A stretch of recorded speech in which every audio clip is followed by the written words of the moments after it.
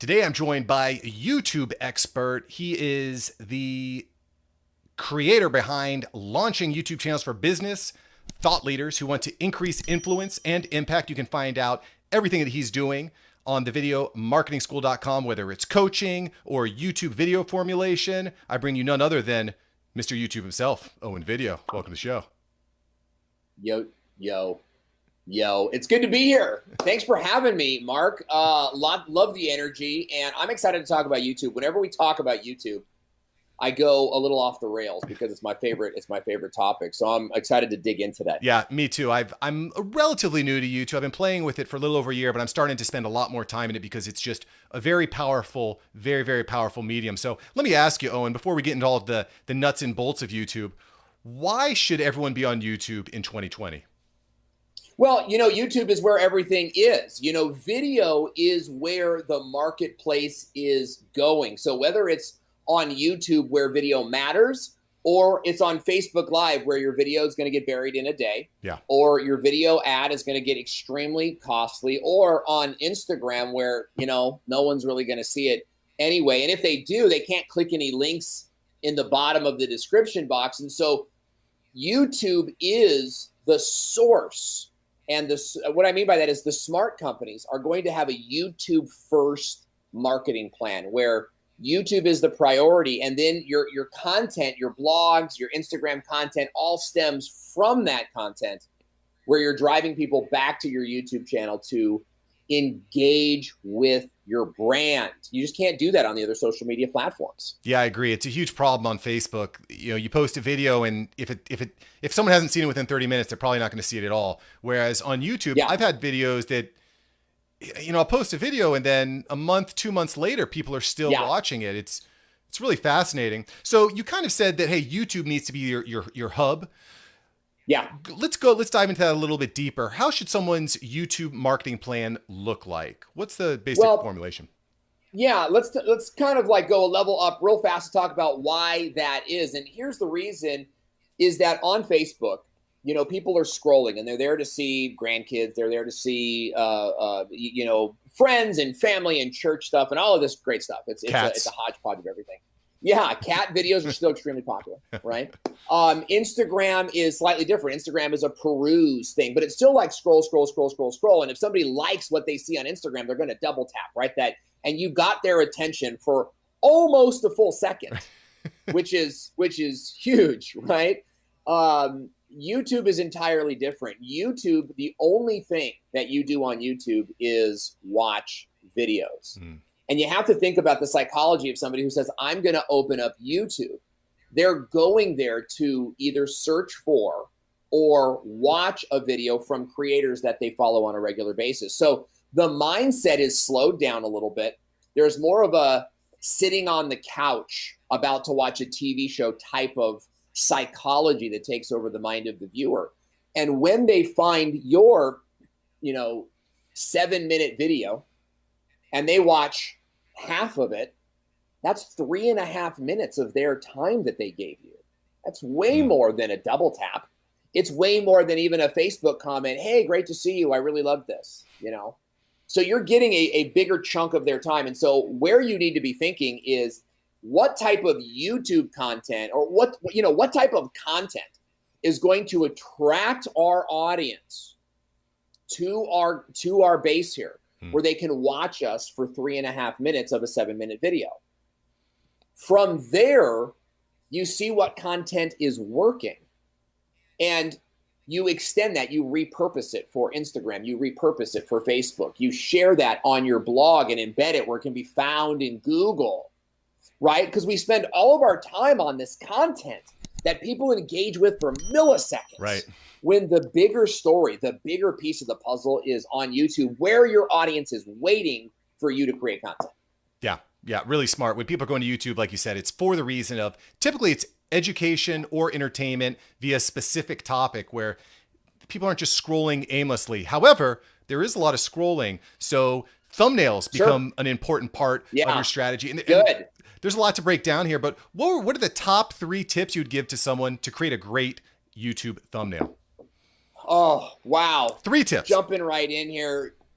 jumping right in here because it's so very intelligent, Mark, that you understand the value of thumbnails. Every single video that is watched on YouTube was first a thumbnail that was clicked.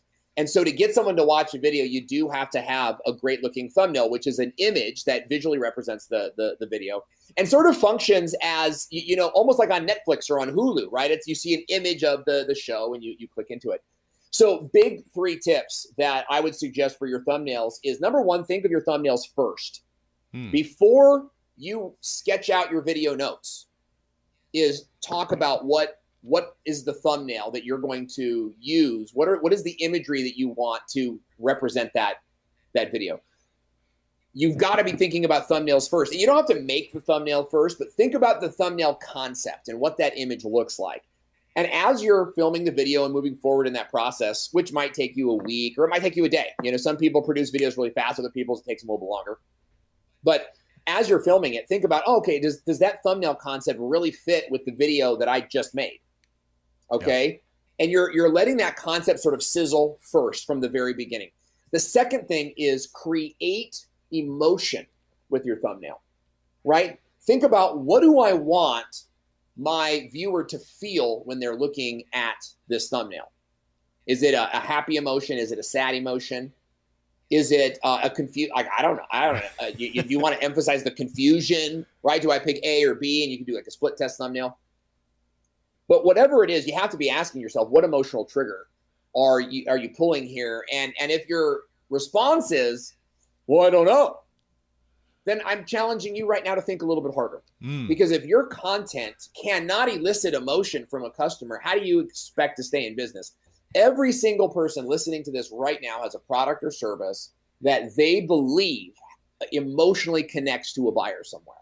Even if you're a content creator, your product, right, where you don't have a traditional service that you sell or a physical product, but your product is the video. And you want people to come back to you because they like you, because they trust you, because they have fun with you, because maybe you tell, like I told cancer stories when I had cancer, and I told that on a separate YouTube channel. People would log in to like mourn with me and emote with me.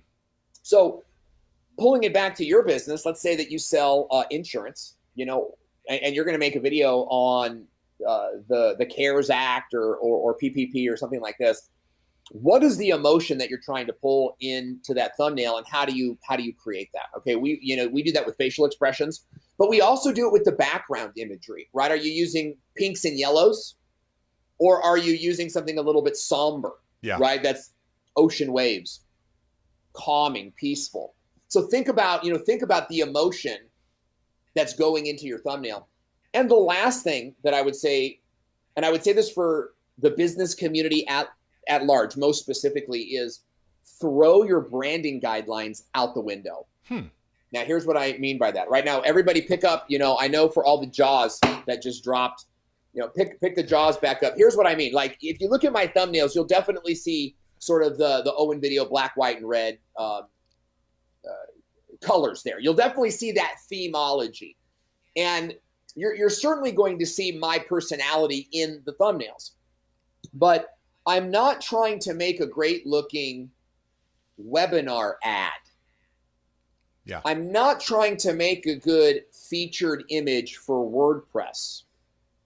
I'm not trying to make a good flyer or a good coupon.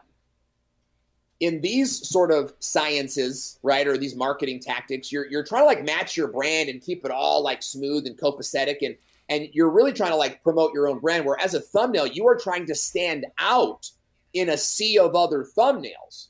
And so you've got to add some fluorescent pink sometimes if that's the thing that'll help you stand out. You've got to add an emoji here or there if it's going to help you stand out. Now, as I'm saying these things like pink and emoji, translate that as something that you can do to make yourself stand out. Even if it's, let's say your colors are blue and gray for your business. So you have a mostly blue and gray thumbnail, but in that thumbnail, you have 5 tips. And so the number 5 is the color black inside a pink circle. It's the littlest things that just go, oh, let me click on that one. We call those clickability factors.